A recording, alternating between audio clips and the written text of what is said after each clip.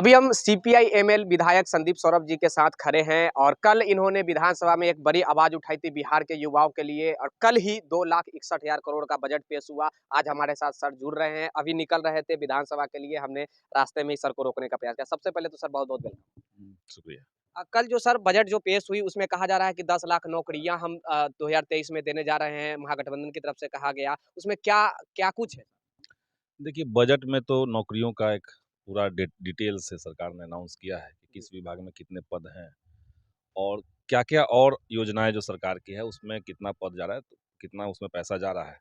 तो इसका डिटेल से कल रखा गया, लेकिन एक बड़ा कंसर्न जो कल वित्त मंत्री महोदय ने रखा सदन के भीतर कि सेंट्रल गवर्नमेंट का जो इम्पोर्टेंट रोल होना चाहिए, स्टेट के बजट को ठीक तरीके से चैनलाइज़ करने के लिए, स्टेट में डेवलपमेंट के तमाम सारे कार्य होने के लिए, तो उसमें जो सेंट्रल गवर्नमेंट की भूमिका होनी चाहिए, वो अब नहीं है। और न सिर्फ नहीं है बल्कि नेगेटिव डायरेक्शन में कई सारी चीज़ें जा रही हैं।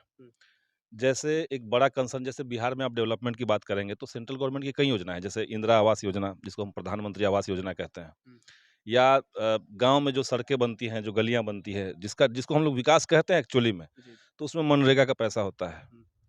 उसी तरीके से समग्र शिक्षा योजना जो सरकार की योजना है, जिससे स्कूलों के कई सारे काम होते हैं।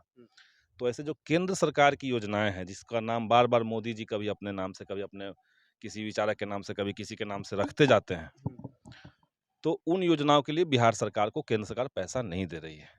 जहाँ पहले 100% मिलता था, उसको पहले 90 किया गया, अब उसको 65, 60 पर कर दिया गया है कि हम 60% देंगे, आप 40% दीजिए। और स्टेट का जो रिसोर्स है, आप जानते हैं कि जीएसटी लग जाने के बाद स्टेट अपना रिसोर्स इकट्ठा करने में, उसके पास अपना पैसा हो, ये करने का मौका कम हो गया। जीएसटी जब लागू हुआ तो सब जगह का पैसा ही जीएसटी में गया और जीएसटी ले गया अब केंद्र सरकार, और वहाँ से जो राज्यों का हिस्सा था, वो अगर नहीं दे रहा है, तो विकास के तमाम सारे कार्य बाधित हैं। इसके बावजूद महागठबंधन ने जो कल बजट रखा है, जो सरकार ने बजट रखा है, उसमें एक ओवरऑल पिक्चर हमें लग रहा है कि लोगों के लिए है, रोजगार के लिए है, बेसिक जो मुद्दे हैं उनके लिए है। आज के पूरा पेपर भरा पड़ा है कि 10 लाख ये जो बजट हुई है 23-24 का, ये विशेषकर युवाओं के लिए हुआ है। क्या ये सही में खरा उतरेगी युवाओं के ऊपर? निश्चित तौर पे, माने हम लोग तो इसीलिए तो हैं वहाँ पे। जी। कहा ज आपके तरफ से सर आवाज़ भी उठाया गया, तमाम पूरे बिहार ने देखा कि आपने किस प्रकार युवाओं के लिए, खासकर शिक्षकों के लिए आपने माँग किया। तो सर प्रारंभिक में कहा जा रहा है कि 48,000 जो छठे चरण में जो बच गई थी, केवल उसके लिए ज़िक्र किया गया है, ये कैसे? नहीं, देखिए, उसकी प्रक्रिया हो रही है। हुँ, नियमावली आना है, उसके बाद विज्ञप्ति आना है, हुँ। उसमें बाकी सब चीज़ें पहले से हो रखी है। जी। तो उसमें बजट में कोई उसका प्रावधान नहीं किया गया, प्राथमिकता बात है कि पहले स्टेट होगा, हुँ, उसके बाद ये होगा, हुँ। और ये दोनों कंटिन्यूअस होगा, ऐसा नहीं कि बीच में ब्रेक करके होगा। जी। तो जब प्रक्रिया शुरू होगी तो सबके लिए एक साथ होगी, 112वीं तक की होगी। ठीक है सर, थैंक यू सर। देखिए आपको फिर से एक बार बता दूँ कि कल के बिहार बजट में सरकारी नौकरी के ऊपर ज़िक्र किया गया है। बिहार बजट 2023 में बीपीएससी में 49,000 मैं फिर से समझाने वाला हूँ और इन 48,000 मुद्दे के ऊपर भी मैं अभी समझाने वाला हूँ। बीपीएससी में 49,000, बिहार एसएससी में 2,900, 2,900, बीटीएससी में 12,000, कुल 63,900 पद। उसके बाद प्रारंभिक स्कूलों में टीचर की 48,762 और उसके बाद 1 मिनट मिडिल स्कूलों में फिजिकल टीचर की बात करें तो 5,886 पद, 8वीं और प्लस 2 के स्कूलों में टीचर की 89,734 पद और प्राइमरी के प्रधान शिक्षक के 40,506 पद, अपग्रेड और नए प्लस 2 के प्रिंसिपल के लिए 6,421 पद, इंजीनियरिंग और पॉलिटेक्निक कॉलेजों में 3,021 पद यानी कि 3021। उसके बाद बात करें बिहार पुलिस में 75,534 पद, 75,534 पद ये बिहार पुलिस की जिक्र किया गया है। एएनएम की बात किया गया है 10,550, एएनएम की भी जिक्र किया गया है।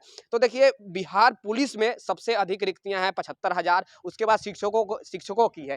देखिए शिक्षक बहाली को लेकर एक कंफ्यूजन अभी चल रहा है कि प्रारंभिक में केवल 48,000 की जिक्र किया गया है, जो छठे चरण में जो खाली रह गई है, क्या वही सिर्फ आने वाला है? इसका बड़ी बेसब्री से आप लोग का सॉल्यूशन का इंतजार था। तो एक चीज ध्यान से आप लोग सुन लीजिए, देखिए एक बजट पिछले साल जैसे अभी 23-24 का बजट पेश हुआ, इससे पहले एक बजट पास हुआ था कौन? तो 22-23 का बजट आया था। 22-23 के बजट में क्या था? तो 90,000 शिक्षकों के लिए बजट पास कर दिया गया था, पैसा पास कर दिया गया था, जिसमें से मात्र 42,000 शिक्षकों की फुलफिल हो पाई, यानी कि पैसा पास कर दिया गया आपको 90,000 शिक्षकों के लिए, लेकिन मात्र 42,000 शिक्षक फुल फिलअप रिक्तियां हो पाई, 48,000 रिक्तियां जो भी है वो खाली वैकेंट रह गई। तो 42,000 को सैलरी दिया जा रहा है, 48,000 जो रिक्तियां खाली रह गई, उसके बारे में वित्त मंत्री ने, जो विजय कुमार चौधरी जो बिहार के वित्त मंत्री हैं, उन्होंने जिक्र कल किया था। तो लोगों को लग रहा है कि प्रारंभिक में केवल 48,763 के आसपास जो रिक्तियां हैं केवल वही आने जा रही है, तो नहीं, 48,763 रिक्तियां नहीं आ रही। वो जिक्र किया गया था कि जो छठे चरण के अंतर्गत जो खाली रह गया, जो पैसा जो जारी किया गया था, इसमें नई रिक्तियां फिर से जोड़ा जाएगा और नई रिक्तियां को जोड़ते हुए नए सिरे से मतलब जो भी है बहाली किया जाएगा। देखिए एक चीज और आपको बताना चाहूंगा कि तमाम विभागों के लेकर हमने स्पष्टीकरण देने का प्रयास किया। संदीप सौरभ जो एमएलए, सीपीआई एमएल के एमएलए हैं, उनसे बात करने का इसलिए प्रयास किया क्योंकि वो कल विधानसभा में उपस्थित रहे हैं। इनके तरफ से पूरी पुरजोर तरीका से आवाज उठाई गई थी। सरकार से डिमांड किया गया था कि रोजगार, नौकरी के ऊपर क्या बातें करनी है, और इन्होंने लड़ाई लड़ा, और खासकर शिक्षकों के लिए ये विशेष लड़ाई लड़ते हैं ये, या फिर बीजेपी के भी कुछ ऐसे लोग हैं जैसे कि नवल किशोर यादव जी हैं, बीजेपी के एमएलसी हैं, वो भी शिक्षक के नेता कहे जाते हैं, तो वो भी शिक्षकों के लिए आवाज उठाए पुरजोर तरीका से। और एक चीज और यही कहना चाहूंगा कि जो शिक्षकों की जो प्रारंभिक की बात है 48,000, वो 48,000 नहीं आने जा रहा है, ध्यान से सुन लीजिए।